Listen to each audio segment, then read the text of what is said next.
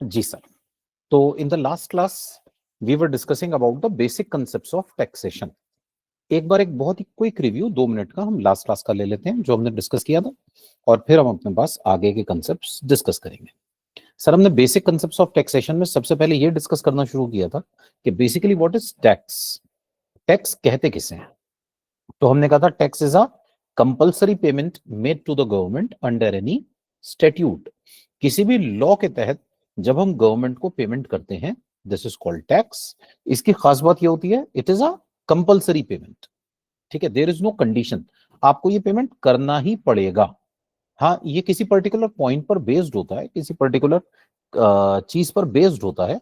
जैसे income tax आपको तभी देना पड़ेगा when there is income. Obviously income earn होगी तो आपको टैक्स देना पड़ेगा, इनकम टैक्स।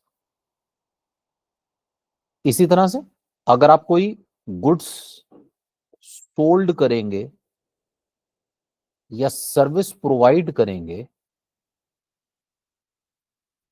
तो आपको जीएसटी देना पड़ेगा, ऑब्वियसली, है ना। बिना इनकम के इनकम टैक्स नहीं हो सकता।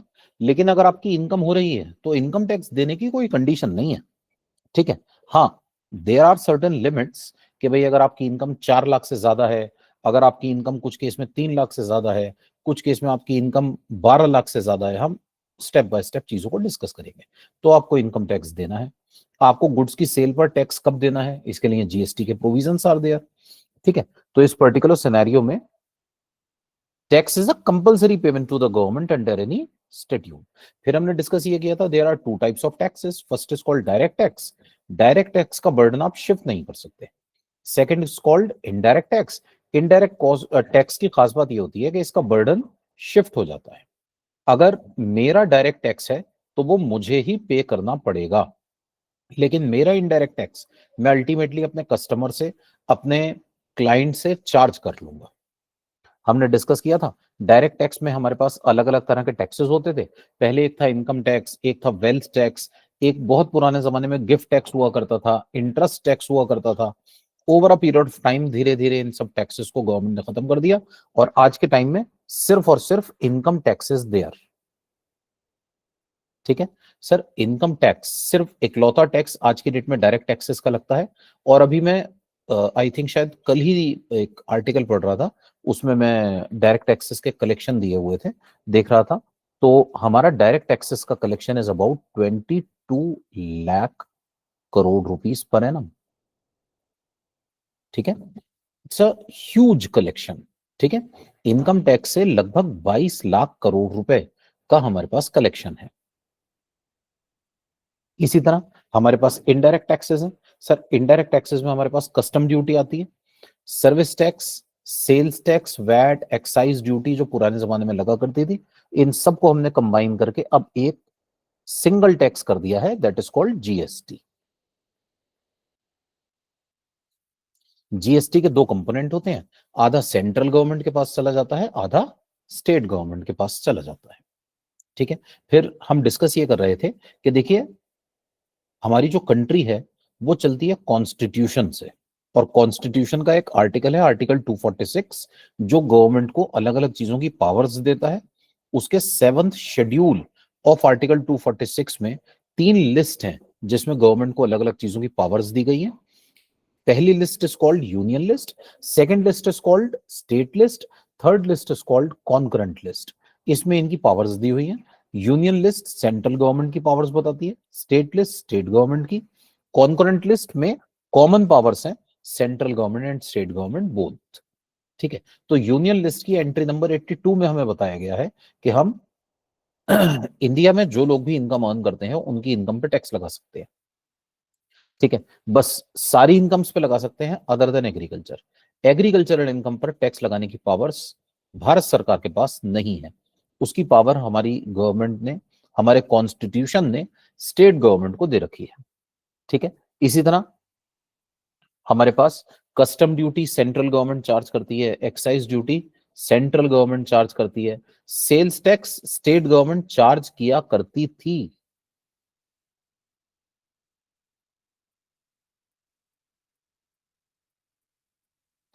On all sales except on sale of newspaper. Sir newspaper की सेल के अलावा किसी भी चीज के ऊपर हम सेल्स टैक्स लगा सकते थे।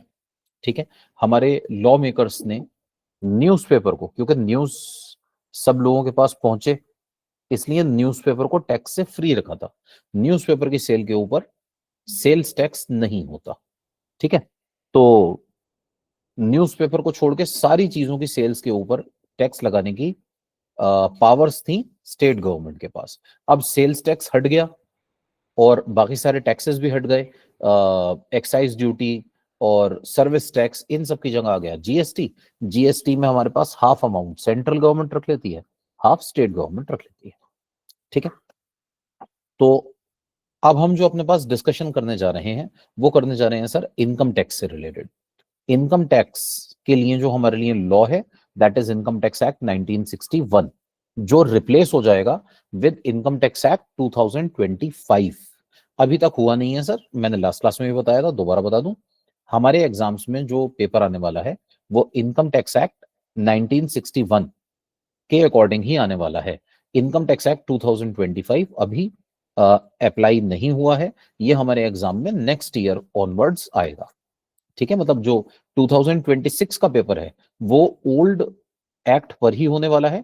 2027 ऑनवर्ड्स जो पेपर होंगे उसमें इनकम टैक्स एक्ट 2025 के अकॉर्डिंग क्वेश्चंस होंगे। ठीक है, नेक्स्ट हमने डिस्कस ये किया था कि हम अपने पास जब इनकम अर्न करते हैं, ठीक है, उस पर हमें टैक्स देना है, तो ये इनकम कहां कहां से अर्न की जा सकती है।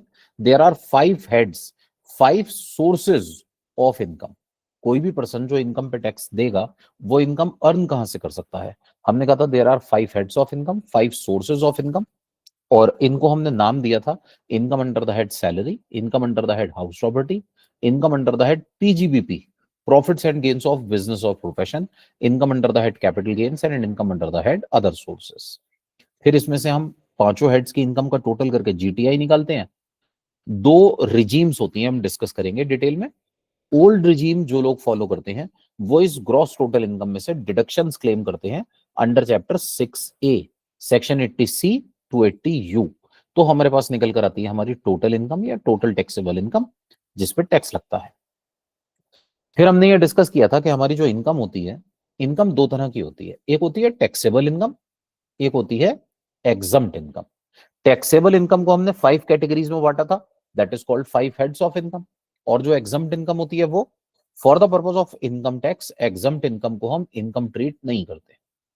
For the purpose of income tax exempt income income की कैटेगरी में इंक्लूड नहीं की जाती।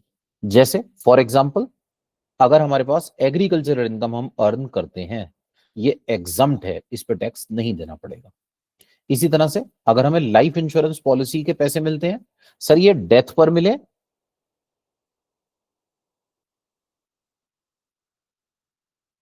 Received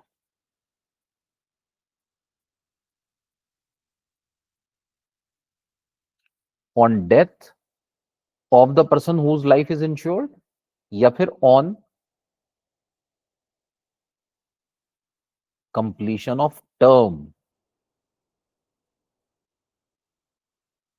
both are exempt. ठीक है, इसकी कंडीशंस होती हैं सर, आप जो प्रीमियम दे रहे हैं वो प्रीमियम कैपिटल सम एश्योर्ड के 10% से ज्यादा नहीं होना चाहिए।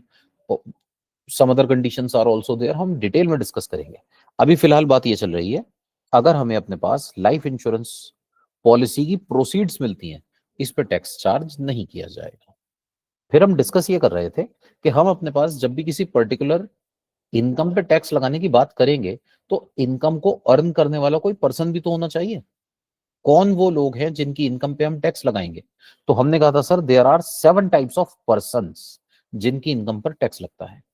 फर्स्ट इज इंडिविजुअल, हम इंडिविजुअल की इनकम पे टैक्स लगाते हैं। इंडिविजुअल मतलब हम सब लोग, जैसे हम इंडिविजुअल हैं, हमारी इनकम के ऊपर टैक्स लगाया जाएगा। ठीक है, देन होता है हमारे पास सेकंड कैटेगरी HUF। HUF होती है Hindu undivided family. Sir for the purpose of income tax individual एक अलग पर्सन है, HUF एक अलग पर्सन है।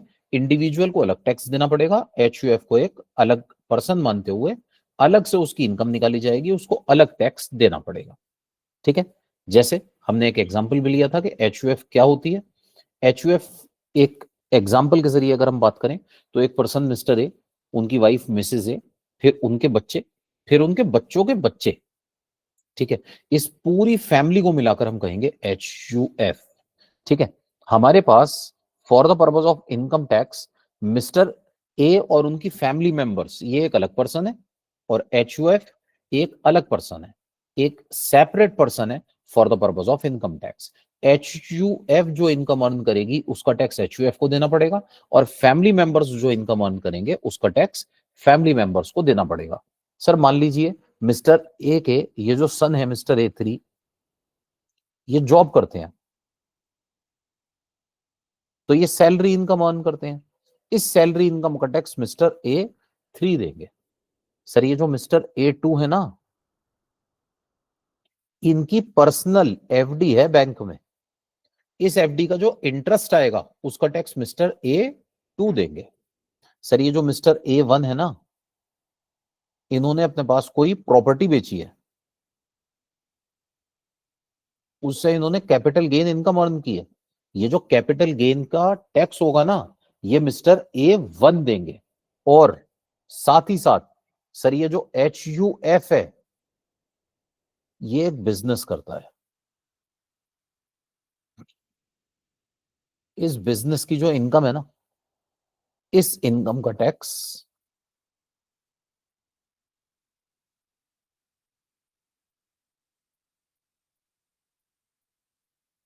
इन the hands of A and family HUF। ठीक है, इसका टैक्स फैमिली देगी अलग से। ठीक है, सर मैं अलग हूं, मेरी फैमिली अलग है, मैं अपनी इनकम का टैक्स दूंगा, फैमिली अपनी इनकम का टैक्स देगी, दोनों सेपरेट पर्सन हैं, सेपरेट इनकम पर सेपरेट टैक्स। ठीक है ना। अच्छा सर, एक चीज मैं यहां पर और बताना चाहूंगा।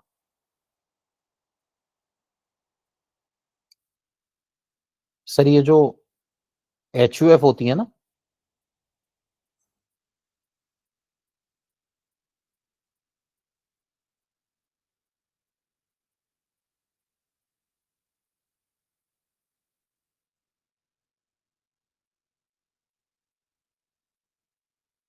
मान लीजिए एक HUF ने इनकम अर्न की,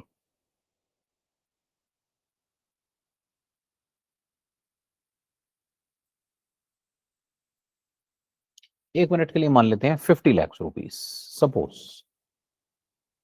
इस 50 लाख के ऊपर HUF ने टैक्स पे किया।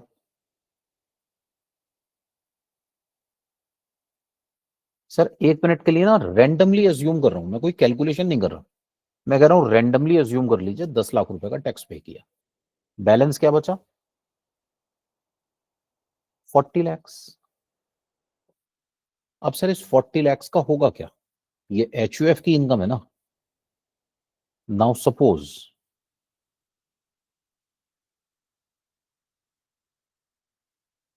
Out of the balance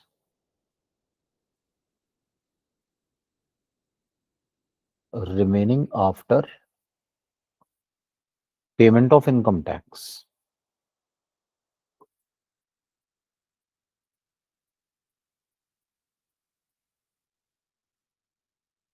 ₹40 lakh in are example. HUF ने क्या करा,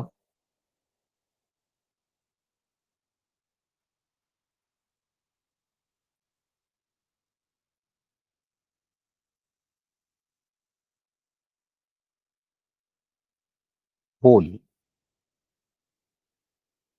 HUF डिस्ट्रीब्यूटेड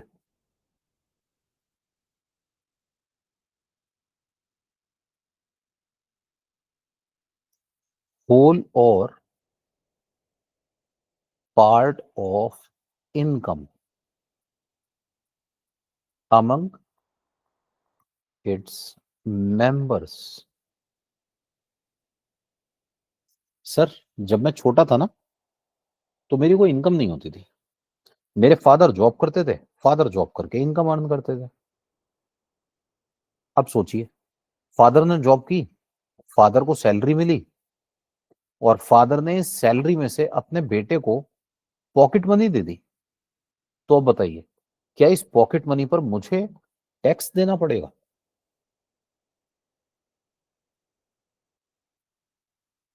सर ये जो बेटे को पैसे मिल रहे हैं ना, ये बेटे की इनकम नहीं है,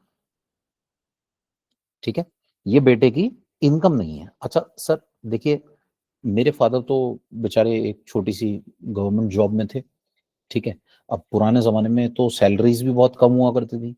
एक नॉमिनल सा अमाउंट उन्होंने अर्न किया, उस नॉमिनल से अमाउंट में से मुझे वेरी नॉमिनल पॉकेट मनी दे दी, 100 200 300 रुपए महीना, 500 रुपए महीना, ठीक है। आज के जमाने में चलिए 2 4 5 हजार रुपए महीना। सर 5 हजार रुपए महीना भी अगर मिल रहे हैं तो सर साल के तो 60 हजार बने। ये तो टैक्सेबल लिमिट के बिल्कुल ही बहुत ही बिलो हो गया ना, तो इस पे तो टैक्स का इशू ही नहीं होता। मैं कह रहा हूं सोचिए कोई बहुत अमीर आदमी है, मिस्टर मुकेश अंबानी, वो अपने बेटे को पॉकेट मनी दे रहे हैं, और वो पॉकेट मनी दे रहे हैं एक ह्यूज अमाउंट की। मान लीजिए वो पॉकेट मनी देते हैं suppose 10 lakh rupees per month की।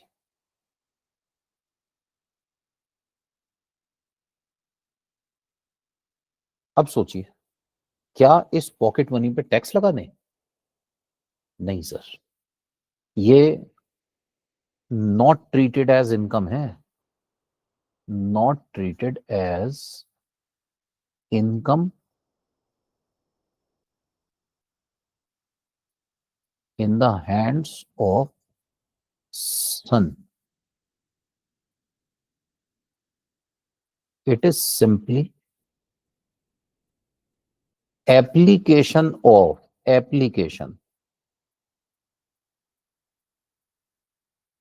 Of fathers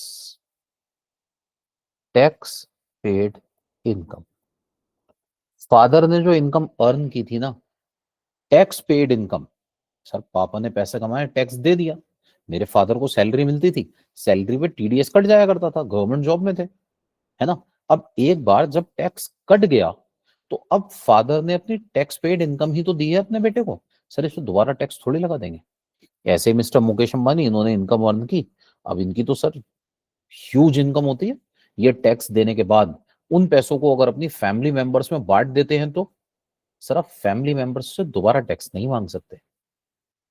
sir with the same logic, अगर HUF ये पैसे डिस्ट्रीब्यूट कर देती है अमंग इट्स मेंबर्स, तो क्या इन पे दोबारा से टैक्स लगा दें? Such amount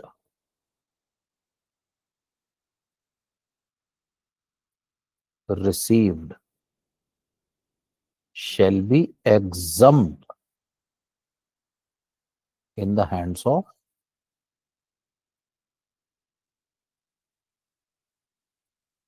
members of HUF।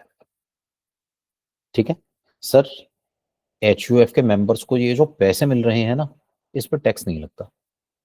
अभी सर जरा स्टार्टिंग की क्लासेस है ना, मैं इसलिए सेक्शंस एक दो क्लासेस तक अवॉइड करूंगा, फिर मैं सेक्शंस कोट करना शुरू करूंगा। लेकिन फिर भी अब बात निकली है तो मैं बता दूं सर, सेक्शन 10, अभी हम क्योंकि ओल्ड सिस्टम की बात कर रहे हैं, ओल्ड लॉ की बात कर रहे हैं, section 10 of income tax act 1961 ये एग्जम्पशंस प्रोवाइड करता है। वहां पर एक सेक्शन सबसेक्शन 2, एक सबसेक्शन 2A, अगर कोई पार्टनरशिप फर्म अपने पार्टनर्स में प्रॉफिट डिस्ट्रीब्यूट करे वो भी एग्जम्प्ट होता है। अगर कोई HUF अपने मेंबर्स में प्रॉफिट का शेयर डिस्ट्रीब्यूट करे आफ्टर पेमेंट ऑफ टैक्सेस, ये भी एग्जम्प्ट होता है, इसके ऊपर टैक्स चार्ज नहीं किया जाएगा। तो मेंबर्स को ये जो पर्टिकुलर अमाउंट मिल रहा है, it shall be fully exempt sir, fully exempt. इसका जो भी टैक्स बनता था वो टैक्स हमें ऑलरेडी HUF से मिल चुका है, ठीक है। नेक्स्ट,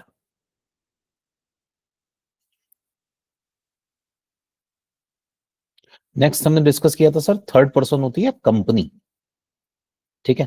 कंपनी, कंपनीज अलग अलग तरह की होती हैं sir, private limited company, public limited company, हम डिस्कस करेंगे इसके बारे में डिटेल में। सर कोई भी कंपनी हो, a company is simply a company, company की इनकम पर भी टैक्स चार्ज किया जाएगा। फिर हमने डिस्कस किया था सर पार्टनरशिप फर्म के बारे में। पार्टनरशिप फर्म किसे कहते हैं? Sir partnership firm AOP BOI ये सिमिलर कंसेप्ट होते हैं। Partnership firm section 184 of income tax act 1961 में डिफाइंड है। पार्टनरशिप फर्म को पार्टनरशिप फर्म तब माना जाता है जब ये अपने पास 2 और more पर्सन के साथ बिजनेस करती है, ठीक है ना। फिर हमने ये डिस्कस किया था कि सिर्फ क्या 2 लोगों के होने से पार्टनरशिप बन जाती है। सर पार्टनरशिप एक्ट तो यही कहता है, लेकिन इनकम टैक्स एक्ट कहता है पार्टनरशिप के लिए 2 या 2 से ज्यादा लोग तो होने ही चाहिए, साथ ही साथ इनकी एक पार्टनरशिप डीड होनी चाहिए in writing, plus partnership deed में इनकी प्रॉफिट शेयरिंग रेशो लिखी होनी चाहिए। अगर ये कंडीशन सेटिस्फाई हो जाती हैं then it shall be treated as partnership firm. इसके लिए एक टर्म भी यूज है सर लॉ में, इसे हम PFAS कहते हैं, ठीक है, partnership firm.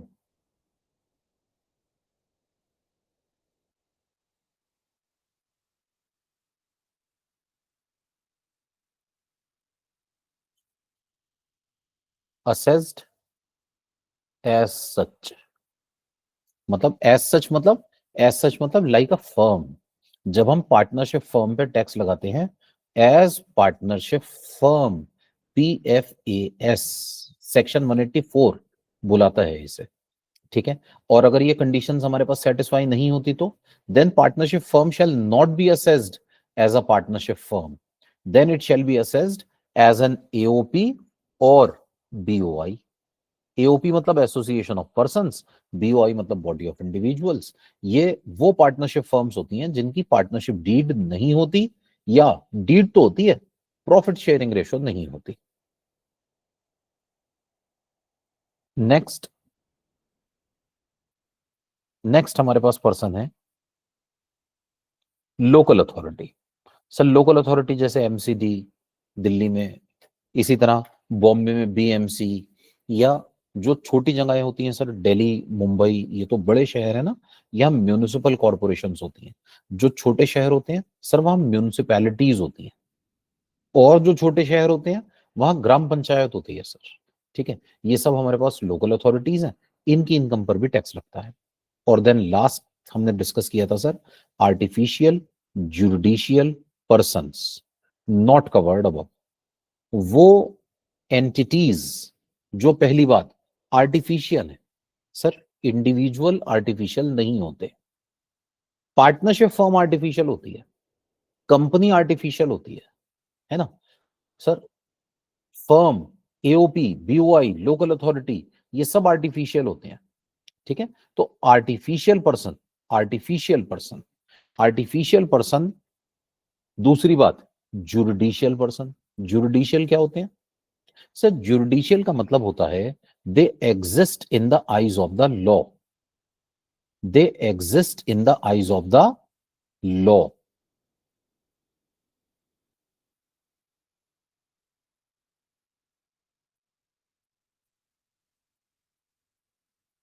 Artificial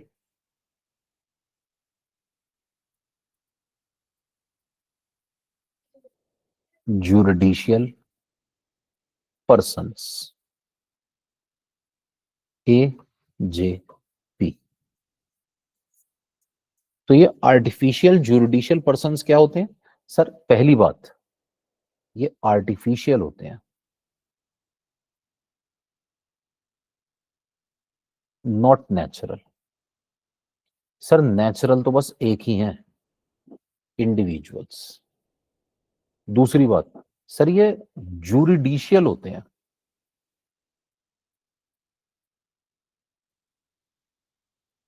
that is they exist in the eyes of the law.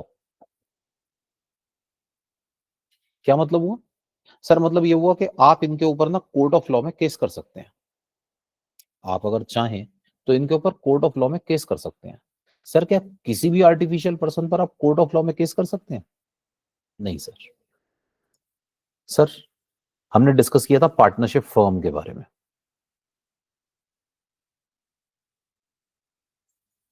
क्या पार्टनरशिप फर्म आर्टिफिशियल होती है? यस सर आर्टिफिशियल होती है। क्या ये जुरिडिशियल होती है? नहीं सर, जुरिडिशियल नहीं होती। जुरिडिशियल मतलब आप इसके ऊपर कोर्ट ऑफ लॉ में केस नहीं कर सकते। सर मैं इनकम टैक्स एक्ट की बात नहीं कर रहा, मैं इनकम टैक्स एक्ट की बात नहीं कर रहा। इनकम टैक्स एक्ट तो पार्टनरशिप फर्म को एक पर्सन मानती है और उसकी इनकम पर टैक्स लगाने की बात करती है। सर लेकिन अगर मैं बात करूं जनरल लॉ की, जनरल लॉ कॉन्ट्रैक्ट एक्ट के तहत क्या आप पार्टनरशिप फर्म पर, पार्टनरशिप एक्ट के तहत क्या आप पार्टनरशिप फर्म पर केस कर सकते हैं? नहीं कर सकते। सर ये है मिस्टर ए, ये है मिस्टर बी, इन्होंने मिलकर बिजनेस करना शुरू कर दिया। मिस्टर ए और mister B, they are individually called partners and collectively, partners को मिलाकर फर्म कहते हैं।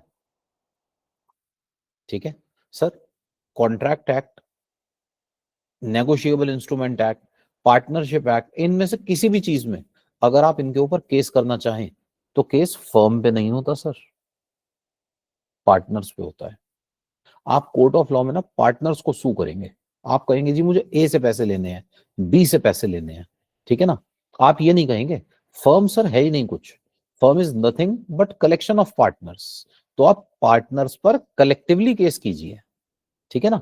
सर पार्टनरशिप फर्म की, अ पार्टनरशिप फर्म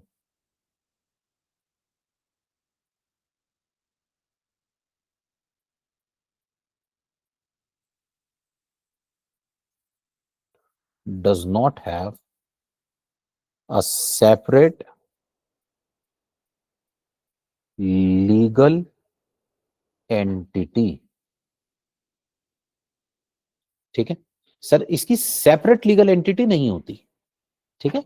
आप इसके ऊपर कोर्ट ऑफ लॉ में केस नहीं कर सकते सर, बट फॉर द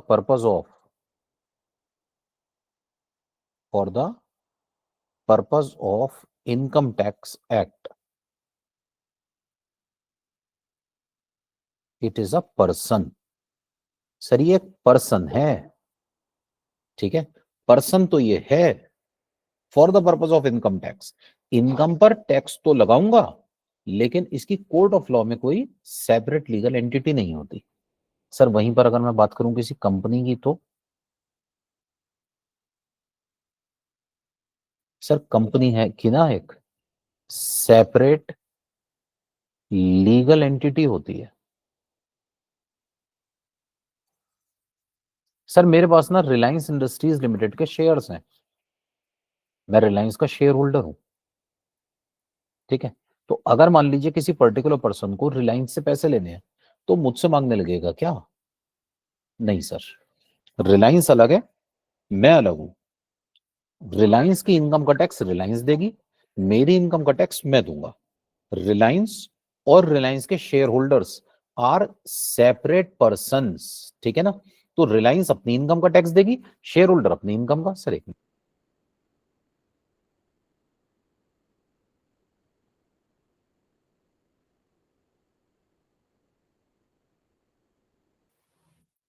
जी, तो मैं ये बता रहा था कि रिलायंस और रिलायंस के शेयर होल्डर्स सेपरेट हैं सर। अगर आपको रिलायंस से पैसे मांगने हैं तो आप रिलायंस पे केस कीजिए, अगर आपको शेयर होल्डर से पैसे मांगने हैं तो आप शेयर होल्डर पे केस कीजिए। Sir company exist in the eyes of the law, ठीक है, company exist as a separate person in the eyes of the law, इसकी एक लीगल एंटिटी है sir, legal.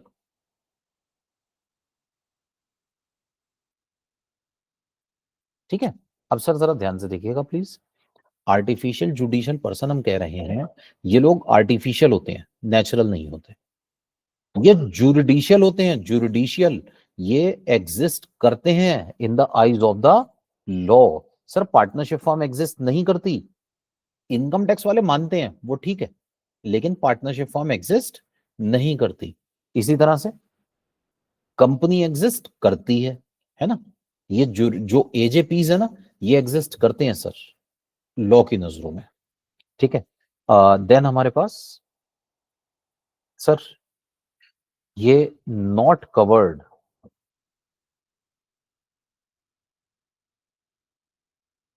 In point number 2 to 6 होते हैं।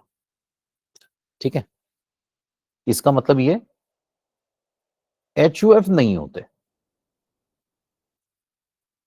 Firm, company नहीं होते,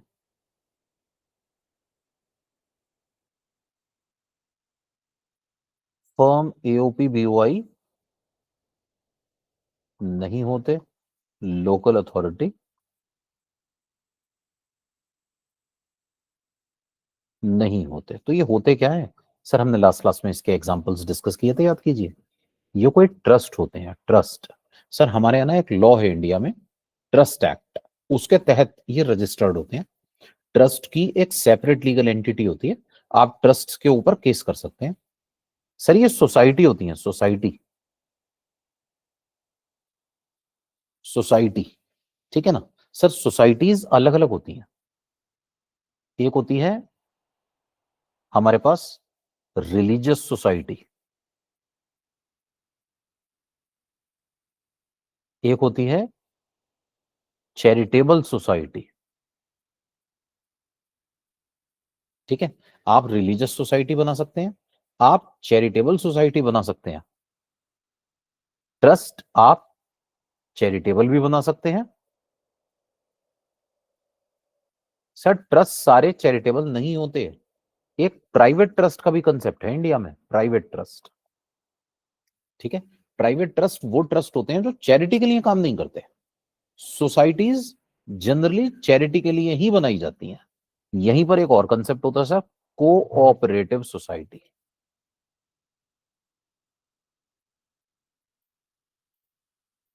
ठीक है, कोऑपरेटिव सोसाइटी, आप कोऑपरेटिव सोसाइटी बना सकते हैं। कोऑपरेटिव सोसाइटी नॉर्मल सोसाइटी से अलग होती है सर।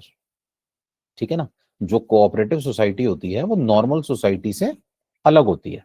इनका रजिस्ट्रेशन भी अलग होता है, इनके एक्ट भी अलग होते हैं सर, इनकम टैक्स में इनके सेक्शंस भी अलग होते हैं। ये जो कोऑपरेटिव सोसाइटीज होती है ना, इनके लिए इनकम टैक्स एक्ट में एक सेक्शन है, section 80P।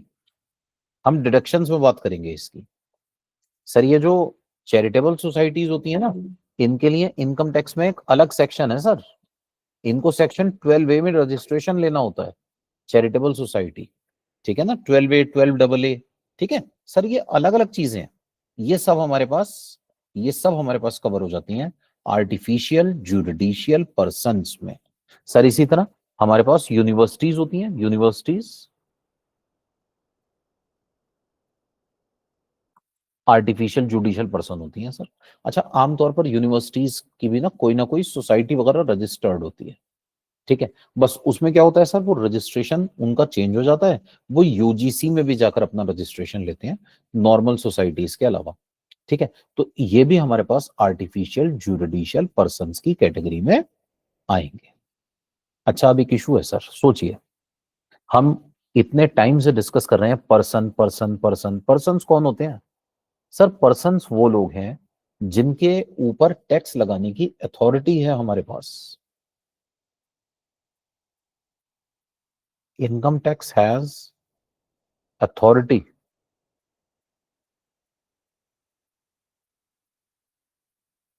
To assess income of persons. Sir हम पर्सन्स की इनकम को असेस कर सकते हैं, हम पर्सन्स की इनकम पे टैक्स लगा सकते हैं।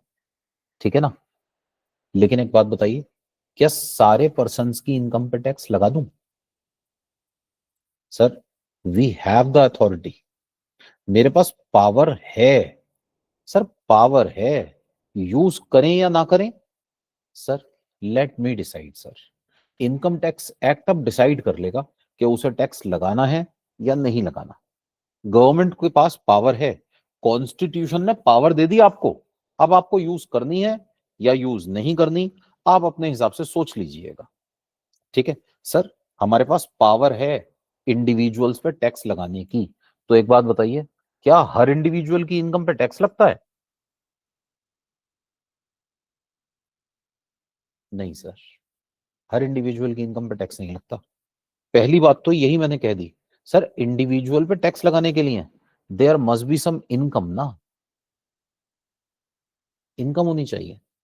और वो इनकम भी ऐसे नहीं कि मैंने कहीं से 100 रुपए कमाए और इनकम टैक्स वाले आ गए टैक्स लेने के लिए, ऐसा नहीं होता सर। सर मान लीजिए एक छोटा सा बच्चा है, वो कहीं पार्ट टाइम जॉब वॉब करके 10 20 50 हजार रुपए कमा ले, तो उस पर टैक्स लगा दूं क्या? सर एक गरीब आदमी है बेचारा, बहुत लो इनकम अर्न करता है, ठीक है, साल के 1 लाख रुपए कमाता है, टैक्स लगा दूं क्या? नहीं sir. Sir we have the authority to assess income of persons, लेकिन हम ये अथॉरिटी यूज नहीं करते। ये यूज किस पे की जाती है?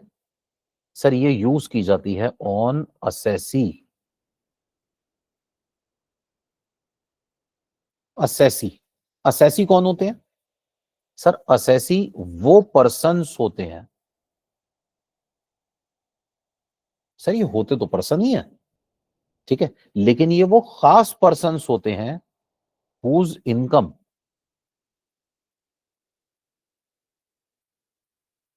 Is assessed to tax under income tax act. Sir ये वो लोग होते हैं जिन पर इनकम टैक्स एक्ट के तहत टैक्स लगता है, ठीक है ना, ये वो लोग होते हैं जिन पर इनकम टैक्स एक्ट के तहत टैक्स लगता है। सर सब पे नहीं लगता इनकम टैक्स, कुछ खास लोगों पे लगता है। जैसे अगर मैं इंडिविजुअल की बात करूं, सर इंडिविजुअल की इनकम पर टैक्स तभी लगता है अगर हम ओल्ड रिजीम की बात करें।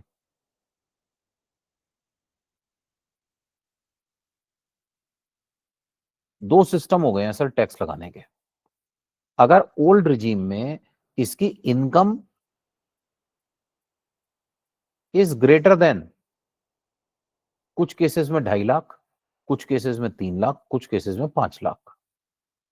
और न्यू रिजीम में, सर न्यू रिजीम में टैक्स तभी लगता है when income is greater than 4 lakhs, 4 lakh रुपए से ज्यादा इनकम होनी चाहिए। सर वो एक कंसेप्ट और है, 12 लाख तक की इनकम पे टैक्स नहीं लगेगा, वो हम बाद में डिस्कस करेंगे। सर 12 लाख की इनकम पर तक टैक्स नहीं लगता, ऐसा नहीं होता। सर टैक्स तो 4 लाख के बाद ही लगना शुरू हो जाता है, लेकिन एक कंसेप्ट होता है इनकम टैक्स का, उसे कहते हैं रिबेट। रिबेट मतलब समझने के लिए हम समझ सकते हैं डिस्काउंट। सर कुछ केसेस में इनकम टैक्स की तरफ से डिस्काउंट मिल जाता है, ठीक है ना, कुछ केसेस में इनकम टैक्स की तरफ से डिस्काउंट मिल जाता है, तो आपको इसलिए इनकम टैक्स पे नहीं करना पड़ेगा। सर लेकिन इनकम पर टैक्स लगेगा, ठीक है, आपको पे नहीं करना पड़ेगा, आपको डिस्काउंट मिल जाएगा, आपको रिबेट मिल जाएगी, ठीक है ना। तो न्यू रिजीम में 4 लाख की लिमिट है सर, 4 लाख के बाद टैक्स लगना शुरू हो जाता है। अब हम वो लें या ना लें वो हमारी मर्जी, हम सोच लेंगे, ठीक है। ओल्ड रिजीम में sir 2.5 lakh, 3 lakh, 5 lakh. Old regime में कंसेप्ट होता था सर सीनियर सिटीजन का, वेरी सीनियर सिटीजन का। न्यू रिजीम में अब इसकी जो कैटेगराइजेशन है टैक्स रेट में वो सरकार ने खत्म कर दी है, अब सीधा 4 लाख के बाद टैक्स लगता है, ठीक है ना। तो मैं ये बता रहा था सर उन्हीं इंडिविजुअल्स की इनकम पर तो टैक्स लगाएंगे आप जिनकी इनकम 2.5 लाख, 3 लाख, 5 लाख से ज्यादा है। अब एक बात बताइए, एक पर्सन है मिस्टर ए,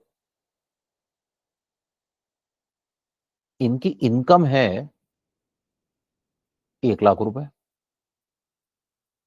अब इनके ऊपर आप टैक्स लगा देंगे क्या? नहीं सर, टैक्स तो नहीं लगा पाएंगे। तो सर मिस्टर ए ना पर्सन तो है, असेस ही नहीं है। मिस्टर ए पर्सन तो है, असेस ही नहीं है, ठीक है ना। सर इसीलिए ना एक लाइन कही जाती है इनकम टैक्स में, एवरी असेसी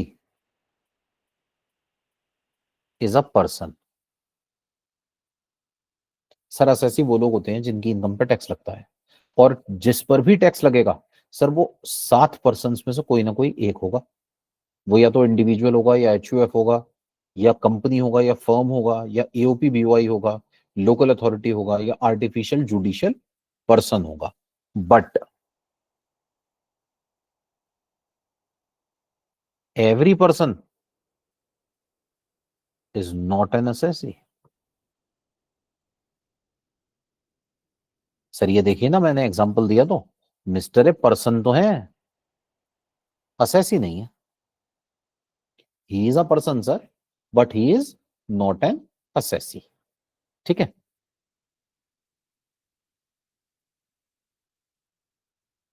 तो ये हमारे पास बात हो गई पर्सन एंड असेसी की। अच्छा, अब सर एक आखिरी कंसेप्ट, हम बेसिक कंसेप्ट की बात कर रहे थे, उसमें डिस्कस करना है। देखिए, जब हम इनकम की बात करते हैं ना सर, इनकम, तो एक बात हमेशा याद रखिएगा, इनकम किसी पर्टिकुलर डे की नहीं होती सर, किसी पर्टिकुलर पॉइंट ऑफ टाइम की नहीं होती। इनकम होती है किसी पीरियड की।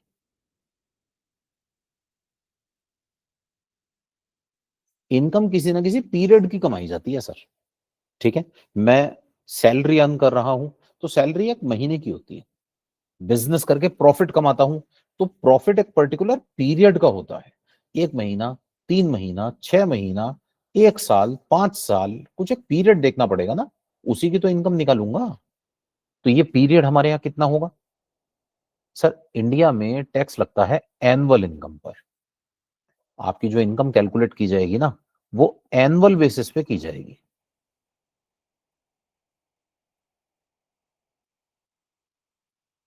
एनुअल बेसिस पर। ठीक है, तो 1 साल की इनकम निकाली जाएगी, उस 1 साल की इनकम पर टैक्स चार्ज किया जाएगा। ठीक है ना? अब सर ये जो ईयर है, ये ईयर हम अपने पास जिस साल में इनकम अर्न करते हैं, उस साल में हमें हाथ के हाथ टैक्स नहीं देना पड़ता। Income earn in first year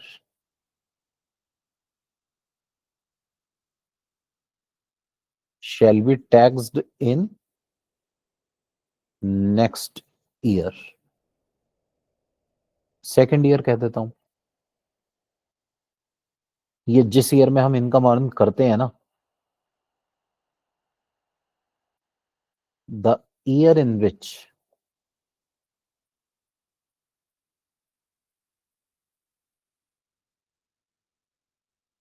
income is earned is called previous year.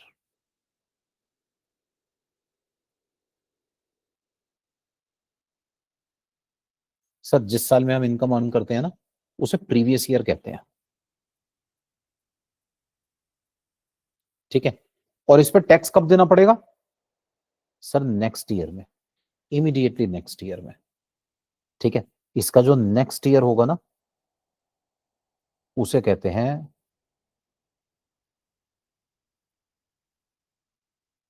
Assessment year. Assessment.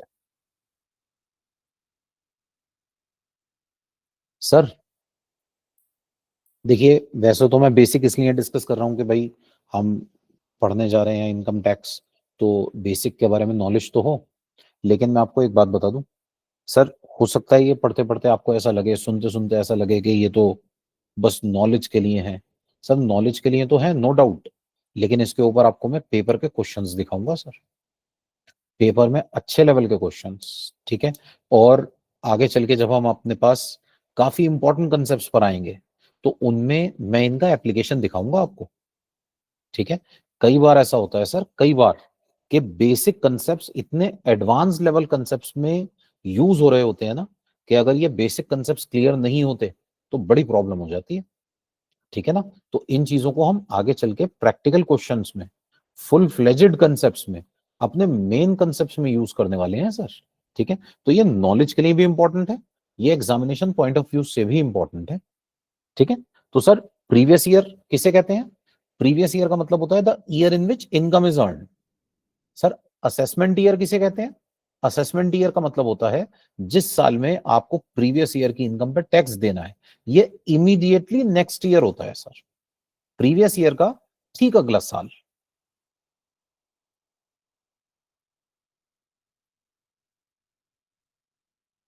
Ji, income earn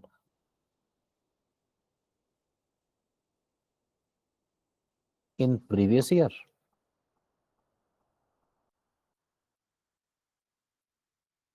shall be assessed to tax in assessment year, ठीक है। प्रीवियस ईयर की इनकम के ऊपर असेसमेंट ईयर में tax लगता है। Sir जो हमारा इनकम टैक्स एक्ट 2025 आया है ना, उसने प्रीवियस ईयर को एक नया नाम दिया है, टैक्स ईयर, ठीक है। असेसमेंट ईयर वही है। आइए, हम तो अभी खैर पुराने प्रोविजंस के अकॉर्डिंग बात कर रहे हैं। तो previous year means the year in which income is earn. मान लीजिए एक पर्टिकुलर पर्सन ने इनकम अर्न की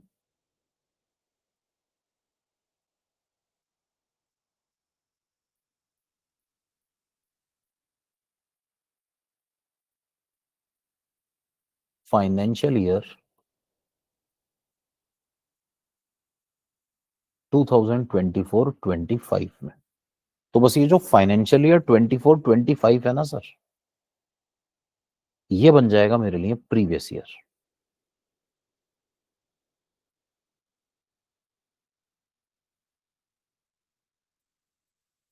twenty four twenty five.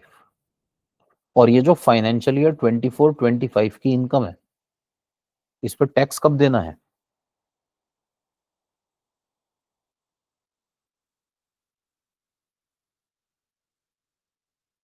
Taxable in assessment year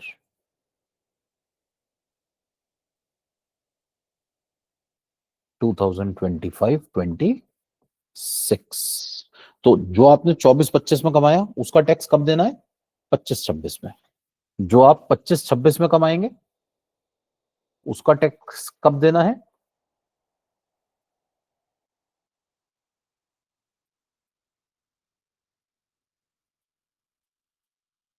जो आप 25-26 में कमाएंगे उसका टैक्स आपको देना है असेसमेंट ईयर 26-27 में, एंड सो ऑन, ठीक है ना सर।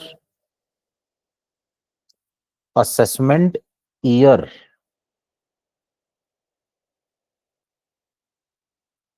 सर, ईयर है ना, असेसमेंट ईयर, ईयर है ना। तो सर ये जो असेसमेंट ईयर है, it is a period of 12 months।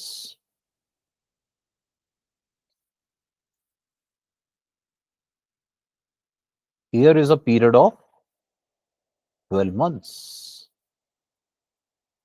है ना सर। एक साल में 12 महीने होते हैं। और ये स्टार्ट कब होता है?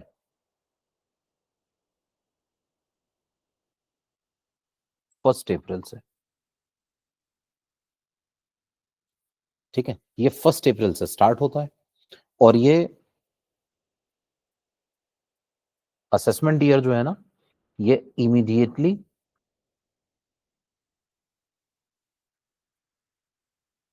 फॉलोइंग प्रीवियस ईयर होता है। प्रीवियस ईयर का ठीक अगला साल होता है असेसमेंट ईयर।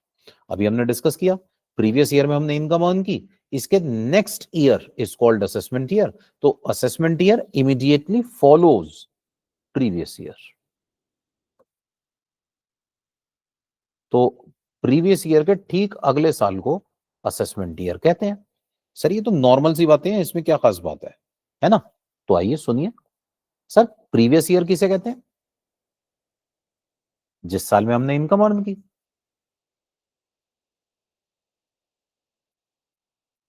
जिस साल में हमने इनकम अर्न की।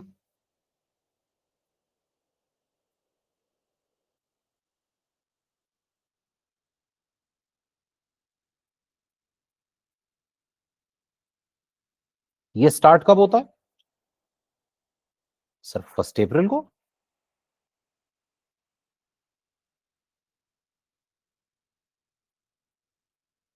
इसमें क्या बताने वाली बात है? सर लेकिन कुछ तो है, तभी तो बता रहे हैं ना लॉ। लॉ वरना क्यों बताता? सर सुनिए please. If a source of income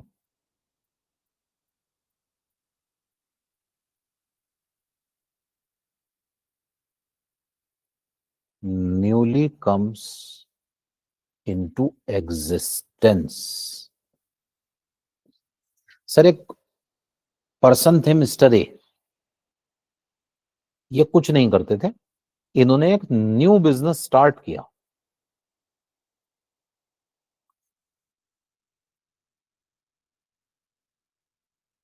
new business start किया, और ये पता है कब स्टार्ट किया? सर इन्होंने स्टार्ट किया 25 जुलाई 2025 को।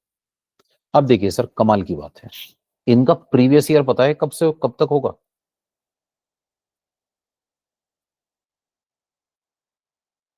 सर इनका प्रीवियस ईयर होगा 25 जुलाई 2025 से 31 मार्च 2026।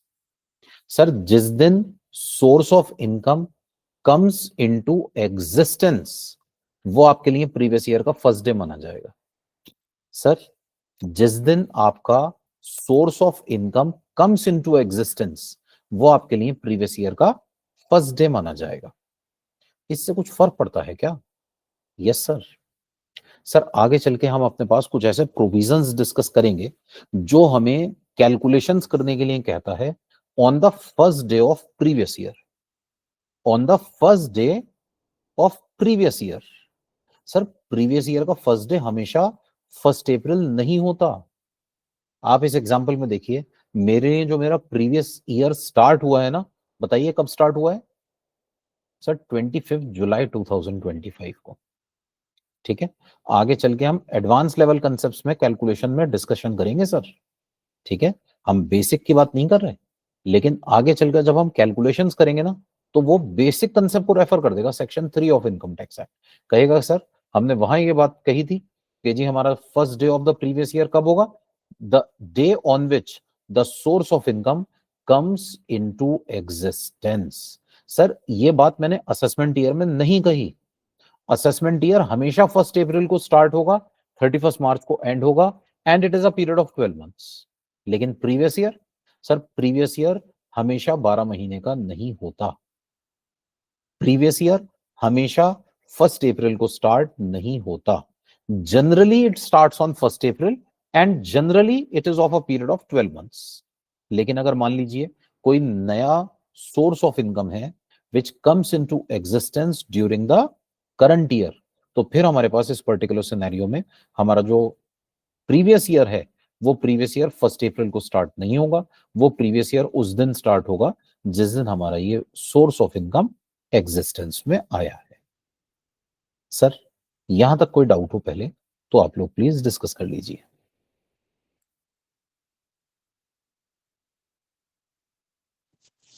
सर जैसे फर्म अपने पार्टनर्स को सैलरी देता है, जी सर। वैसे ही वैसे एचयूएफ में होता है क्या?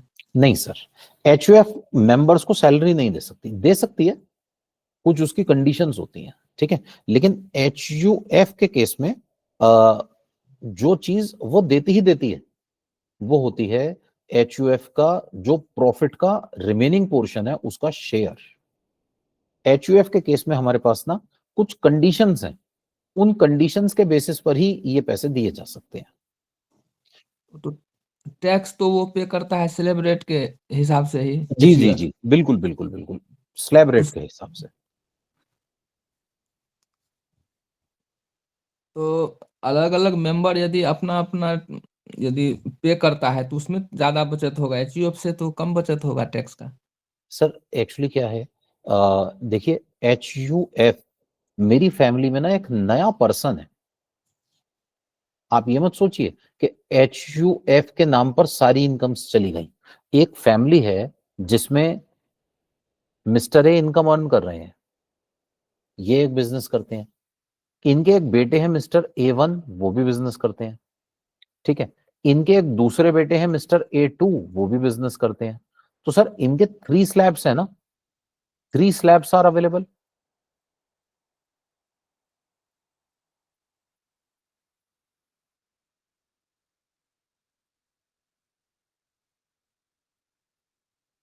सोचिए यहीं पर एक चौथा पर्सन और आ गया, ए एंड फैमिली एचयूएफ।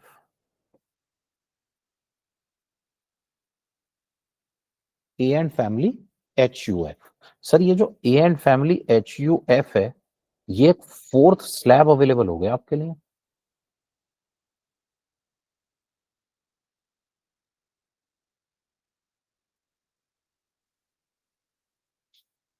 आप 4 लाख तक की इनकम को टैक्स फ्री यहां कर सकते हैं, 4 लाख की इनकम यहां टैक्स फ्री हो जाएगी, 4 लाख की इनकम यहां टैक्स फ्री हो जाएगी, 4 लाख की इनकम यहां टैक्स फ्री हो जाएगी। ठीक है, मैं ऐसा थोड़ी कह रहा हूं कि आप पूरे के पूरे 16 लाख रुपए अब एचयूएफ के हैंड्स में ही अर्न कीजिए। सर इनकम को डिवाइड कर लीजिए, प्लान कीजिए। और ये मैं घपलेबाजी की बात नहीं कर रहा सर, मैं जो भी डिस्कशन कर रहा हूं this is with in the four corners of the law, well with in the four corners of the law. Sir income tax act मुझे ऑप्शन दे रहा है, ठीक है ना, मैं कोई घपलेबाजी की बात थोड़ी कर रहा हूं, बस मुझे प्लानिंग करनी है। प्लानिंग इस बात की कि मैं जो इनकम अर्न करूं वो लॉ के बताए हुए तरीके से होनी चाहिए। मैं घपलेबाजी करके इनकम अर्न करने की बात नहीं कर रहा, मैं ये कह रहा हूं कि जैसे मैंने पहले भी एग्जांपल लिया था, एक बिजनेस है, उस बिजनेस के 4 वर्टिकल्स हैं, 4 अलग अलग चीजों की वो सेल करते हैं। ये जो 4 अलग अलग कमोडिटीज में डील करते हैं, मान लीजिए एक की डीलिंग मिस्टर ए के नाम से हो, एक की मिस्टर ए वन के नाम से, एक की मिस्टर ए टू के नाम से, एक की ए एंड फैमिली एचयूएफ के नाम से। तो सर ये चारों की अलग अलग इनकम्स होंगी, अलग अलग इनकम्स पर अलग अलग स्लैब रेट लगेगा, अलग अलग टैक्स लगेगा। 4 लाख रुपए तक की इनकम का tax A and family HUF में मेरे पास निल हो जाएगा। जैसे फर्म का लॉ है, उस लॉ के तहत उसका कुछ एक्सपेंसेज है पार्टनर्स के प्रति जी या और भी, जी तो जी उस जी तरह से एचयूएफ का अपना कुछ है एक्सपेंस का, या सर, फिर हम एक बार एचयूएफ के बारे में ये पॉइंट नेक्स्ट क्लास में डिटेल में डिस्कस कर लेंगे। मैं कंडीशंस बता दूंगा पहले। ठीक है, जी क्योंकि बिजनेस करेगा तो बिजनेस का जो एक्सपेंसेज होता है वो मैं समझ तो गया सर, एक बार नेक्स्ट क्लास में हम इसको शेड्यूल करते हैं। थोड़ा जी डिटेल्ड कंसेप्ट है, थोड़ा सा कंडीशंस मुझे बतानी पड़ेंगी, हम नेक्स्ट क्लास में इसको डिटेल में डिस्कस कर लेंगे। इसके बारे में लोग कम जानते हैं एचयूएफ जी के सर, बारे जी जी जी सर, एचयूएफ बहुत ही कमाल की बात यह है सर, एचयूएफ इंडिया में बहुत कॉमन है, और एचयूएफ के बारे में लोगों को मतलब 1% ही नॉलेज है सर। आप अगर नॉर्मल डिस्कशन करेंगे ना, ठीक है, तो एचयूएफ के बारे में खास तौर पर टैक्सेशन पॉइंट ऑफ व्यू से बातें आपको बहुत ही कम सुनने के लिए मिलेंगी। तो हम इसके बारे में ना बीच बीच में बात करते रहेंगे। ये जो पॉइंट आपने डिस्कस किया ये मैं कल डिटेल में कवर करूंगा। में। Thank you sir. जी वेलकम सर। सर कोई और अभी तक के कंसेप्ट में कोई डाउट हो तो पूछ लीजिए प्लीज।